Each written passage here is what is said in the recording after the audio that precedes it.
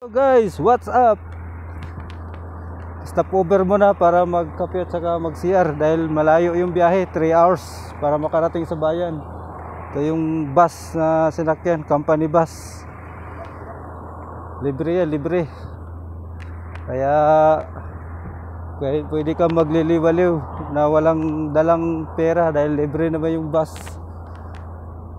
Ngayon nasa gitna tayo ng kabundukan. Kahit saan kalilingon dito, puro bundok. Yan, puro kabundukan. Dito ka sa kabilang side, bundok pa din. Nakabiyahe na kami ng 1 oras kalahati.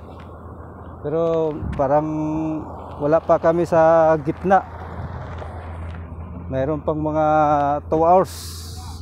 Halos 2 oras pa babiyahin para makarating na doon sa bayan ng Tabuk. Sabi yung bundok doon, no? Kita yung bundok. Yeah, assalamualaikum.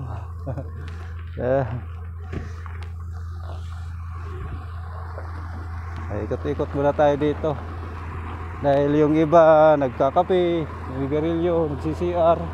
Kadlakad muna kasi masakit sa puwet tsaka sa paa. Upo sa bus. Kahit dito tayo, bundok pa rin. Malamig yung panahon ngayon, malamig. May araw pero malamig kasi taglamig na ngayon dito. Sobrang lamig. Sabi yung bundok dito, wala talagang kapuno-puno. Ayan, kahit konting puno, wala kang makikita.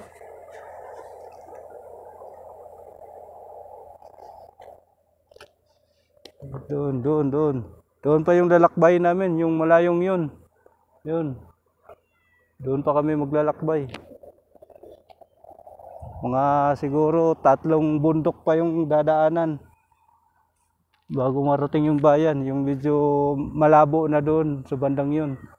Yun, doon sa likod na yung malabong bundok.